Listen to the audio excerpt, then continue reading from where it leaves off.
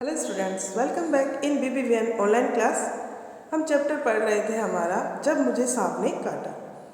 Chapter के अंदर एक जो छोटा नन्हा बच्चा है उसको सांप ने नहीं काटा है, लेकिन सांप जब उसने देखा तो उसने सांप को पकड़ने की कोशिश करी। सांप को नारियल के खोल में जो सांप घुस गया था तो उसने क्या किया, नारियल के खोल को ऊपर से पत्थर से बंद कर दिया और सांप को लेके अपनी नानी के पास गया। नानी बड़ी घबराई, चीखी चिल्लाई तो उसके नाना जी आए और नाना जी ने सांप था उसको उसके हाथ से छीन के और दूर फेंक दिया और बोला, खबरदार जो अब से कभी सांप के पास गए। उसके आगे से आज हम स्टार्ट करते हैं। उसी दिन शाम को मैं एक बर को पकड़ने की कोशिश कर रहा था। अब देखिए, बच्चा जो है वो थोड़ा शरारती है, वो ऐसी चीज़ों को, ऐसे जीव जंतुओं को बार बार पकड़ने की कोशिश कर रहा है। उसने काट खाया, बर ने उसे काट लिया। मैंने आपको पहले भी कहा है कि अगर इन जीवों को हमसे कोई खतरा नज़र आता है तभी वो हमें काटते हैं।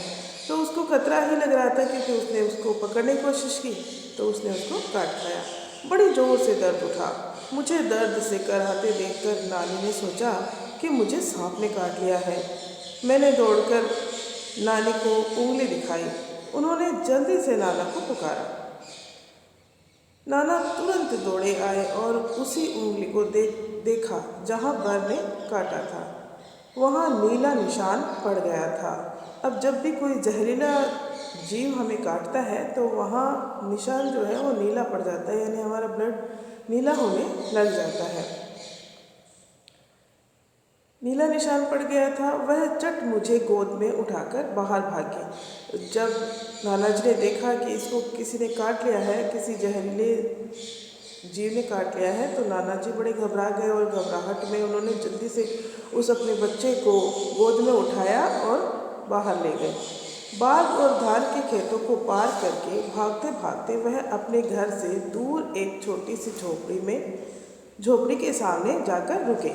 वहाँ पहुँचते ही उन्होंने क्या किया, वहाँ पहुँचने के बाद उन्होंने आवाज़ लगाई। एक बूढ़ा आदमी बाहर निकला। वह सांप के काटने का मंत्र जानता था। जब सांप काट लेता है तो उसके जहर को दूर करने का मंत्र वह आदमी जानता था, इसलिए वह नाना जी उसको वहाँ ले गए। नाना ने उससे कहा, इस बच्चे को सांप ने काट लिया है, इसकी झाड़ फूँक कर दो। बूढ़ा मुझे झोपड़ी में ले गया। उसने मेरी उंगली देखी और बोला, चुपचाप बैठो, हिलना डुलना मत। उन्होंने क्या कहा कि चुपचाप बैठ जाओ, हिलना डुलना मत। फिर पीतल के बर्तन में पानी लाया और मेरे सामने बैठकर मंत्र पढ़ने लगा। अब वह जो बूढ़ा आदमी था वह ऐसा कोई मंत्र जपना जानता था जिससे सांप का जहर जो है वो दूर हो जाए। उसने ऐसा ही किया। एक पीतल का भगोना क्या होता है, जैसे स्टील होता है, लोहा होता है, एल्युमिनियम होता है, उसी तरह पीतल भी होता है। तो पीतल का भगोना लाया और उसके अंदर कुछ पानी लाया और मंत्र पढ़ने लगा। मैं चाहता तो बहुत था कि उस बूढ़े को बता दूं कि मुझे सांप ने नहीं काटा है। अब बच्चे के ये हो रहा था कि मुझे सांप ने तो काटा ही नहीं है, मैं बता दूं कि मुझे सांप ने नहीं काटा है, बर ने काटा है। पर मेरे नाना मुझे कस कर पकड़े रहे और मुझे बोलने ही नहीं दिया। अब नाना जी ने क्या किया, हम बच्चों को अक्सर मना कर देते हैं, बोलो मत, बिल्कुल मत बोलो। अब पता नहीं बच्चा बोलना क्या चाह रहा है, लेकिन बिल्कुल नहीं बोलने देते। हम अपनी ही धारणाएं बना लेते हैं कि बस ये तो जो भी बोलेगा गलत ही बोलेगा। तो लेकिन बच्चा बोलना चाह रहा था लेकिन वह नहीं बोल पा रहा था। जैसे ही मैं कुछ कहने को मुंह खोलता वह डांट कर कहते, चुप। डर के मारे मैं चुप हो जाता।